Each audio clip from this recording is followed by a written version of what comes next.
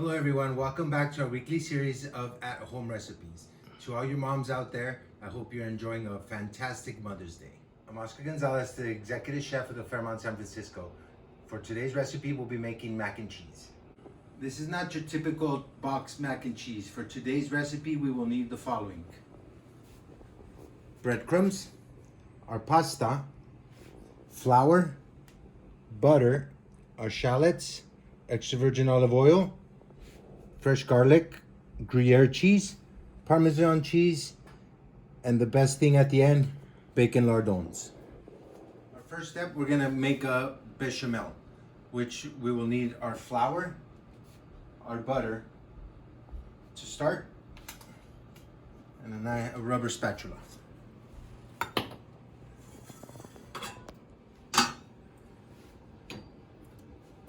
We'll add the butter to the pan and let that melt down.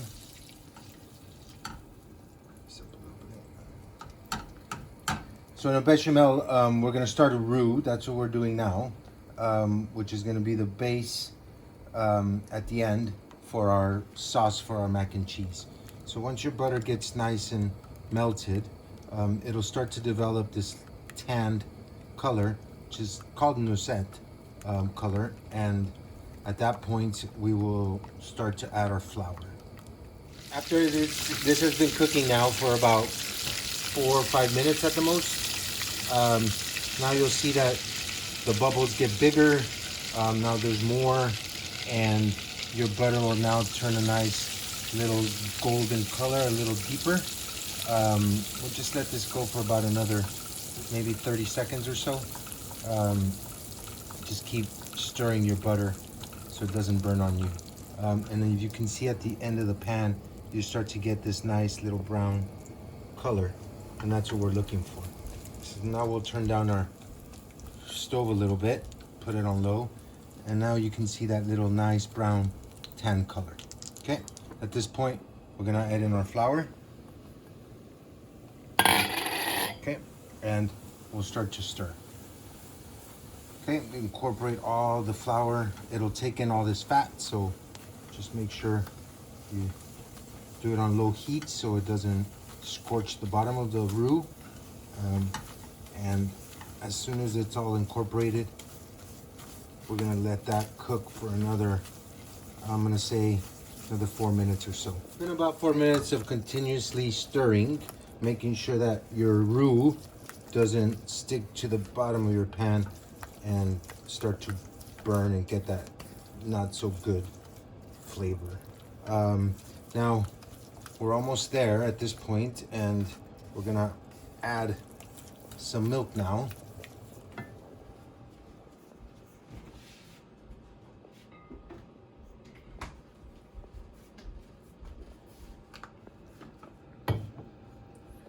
And you want to take your milk and slowly add it to your roux as the pan is hot. It's going to start to create a paste.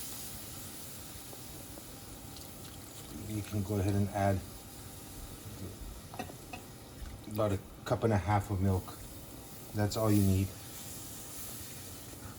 And then create this almost dough-looking texture. And we're gonna now let this cook down, and going back to this continuous stir for about another, let's say another 3.5 minutes of just kind of moving it around here or there. You know, let it sit for a couple of seconds and turn it around, smash it, play with it, have some fun, and we'll get back to the bechamel as soon as after this. Okay, we're at this next step of adding the rest of our milk.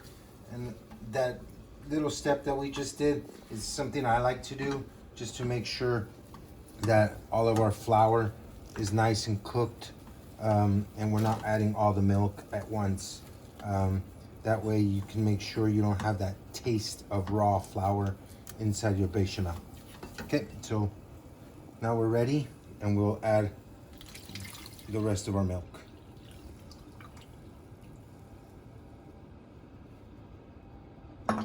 We'll let our milk warm up and we'll take a whisk and start whisking the roux into our milk. It's going to start to thicken. That's the point of a roux. And then this is going to make our bechamel sauce once it's fully thickened and it has cooked down to what consistency we want it to have. This is going to take at least maybe 8-10 minutes at the most. Just make sure that your pan isn't too hot. As you can see, I mean, it's been a couple of minutes and it's already starting to thicken. So this might not take 8 minutes. It might just take 3 to 4 minutes depending on how much of the milk you've added. Great, now our bechamel sauce is almost there.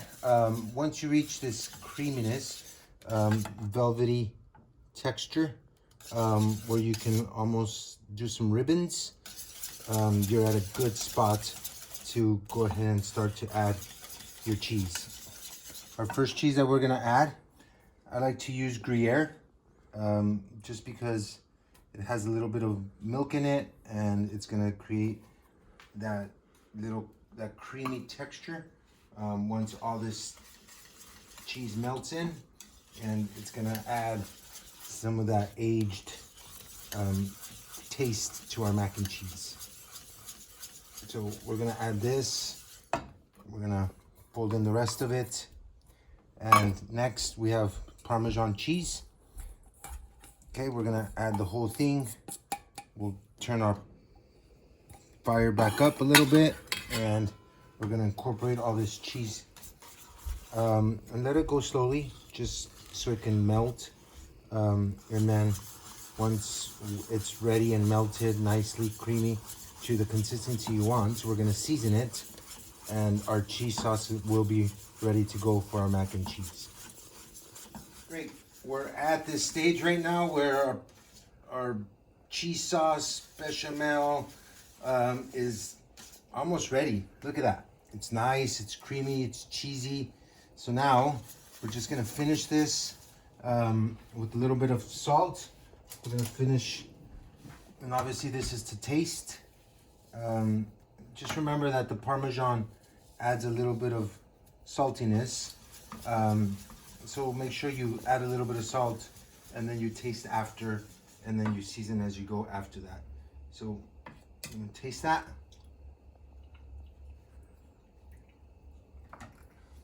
And 2 more pinches of salt.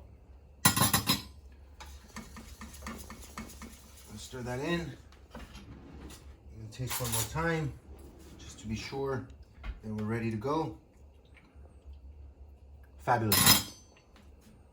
Our sauce is now ready. Okay, we've turned on this pot for our water so we can blanch our pasta once we're good to go. And this pan is over here getting nice and hot as well. And in there we're gonna start to fry our lardons. I'm gonna take our olive oil that we had, put that in the pan. Make sure this is nice and hot.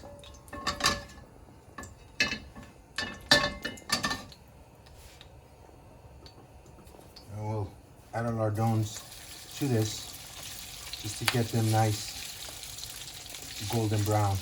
Now this slab has been smoked already, so that's why you see the brown color. But we're gonna get it just a little bit more brown and golden. Our lardons are almost done. They're nice and caramelized, if you can see, nice golden brown.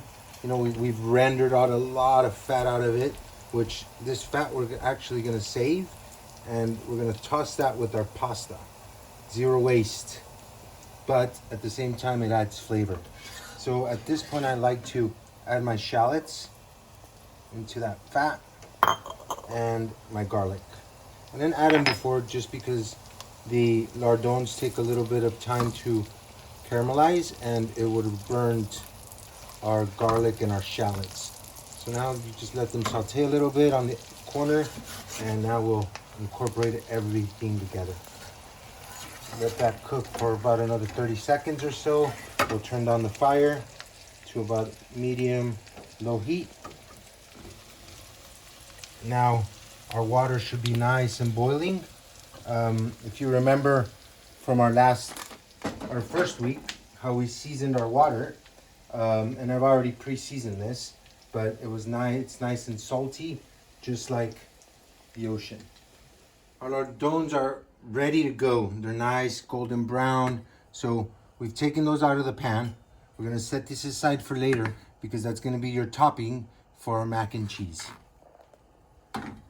So we've kept this oil, right? Now what we're gonna do with the oil is first, we're gonna get ready with our pasta, and we're gonna drop our pasta inside our hot seasoned water. And today we're using shelled pasta. I kind of like using that pasta because it's easy to incorporate a sauce to, just because the pasta is not so thick, right? And it coats it nicely and it absorbs all that sauce quickly. It doesn't take too long. So now our pasta's in our water. We're gonna go for about 3 minutes. We're gonna take that out. We're gonna put that into our nice hot oil or fat that we had from our lardons, and we're gonna finish this mac and cheese. Okay, everyone, our pasta is al dente right now. So we've left it undercooked a little bit. So as we strain it, we'll take our pasta out, and it's gonna go into our bacon fat that we've kept. And then slowly we're gonna add our cheese sauce into that same pan. So we left the pasta a little al dente so that way it continues to cook, and it finishes cooking during this process. If we cooked our pasta fully here, by the time it was ready, it's gratinated and the sauce is inside and everything, our pasta is gonna be overcooked. So that's why the reason we leave the pasta al dente. For our next step, pan's nice and hot, bacon fat, and our pasta we're gonna pour that in, and now we're gonna go back to our cheese sauce. That cheese sauce is still nice and creamy, and you notice the reason why we do a bechamel is so our cheese sauce doesn't break. So I transferred my pasta to a different bowl because it wasn't gonna have enough room where I can incorporate all the cheese. So we just make sure when you do pick the right pot, you have enough room to be able to turn all the pasta so it does fully get coated.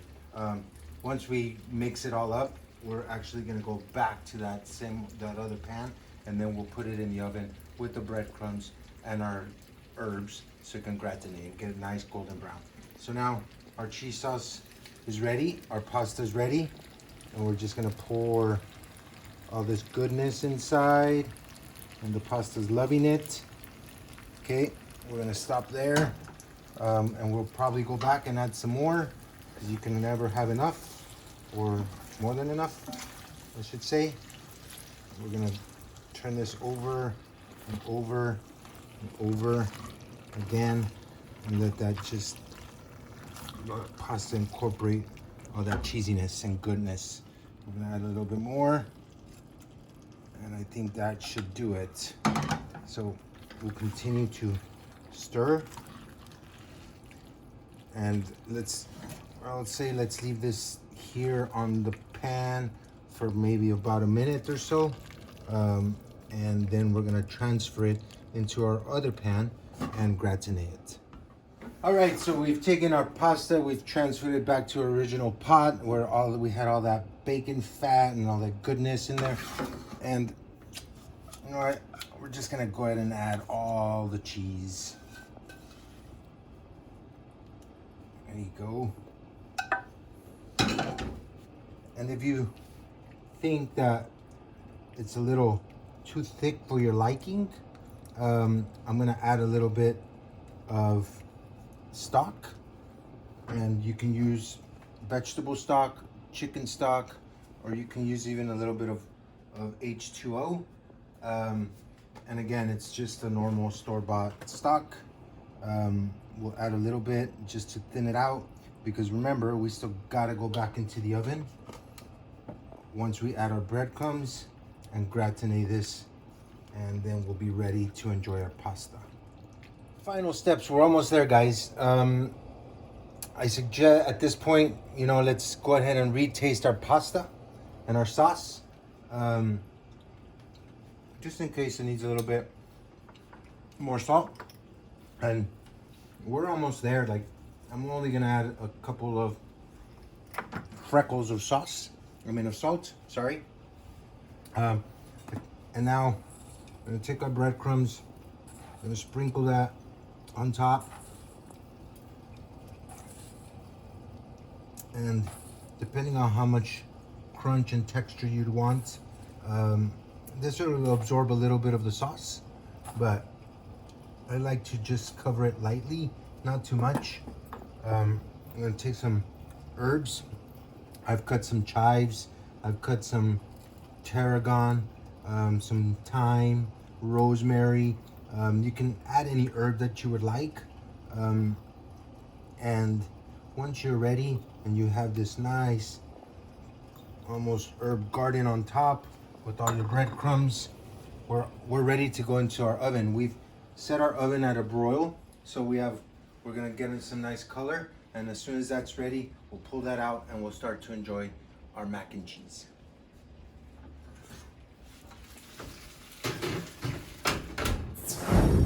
All right, we're gonna pull this dish out of the oven already, and now that it's nice golden brown on top, the bread has toasted, the herbs have gotten a little bit warm, and then now they've incorporated all that nice herbaceous flavor into our pasta and our breadcrumbs, and we're ready to serve.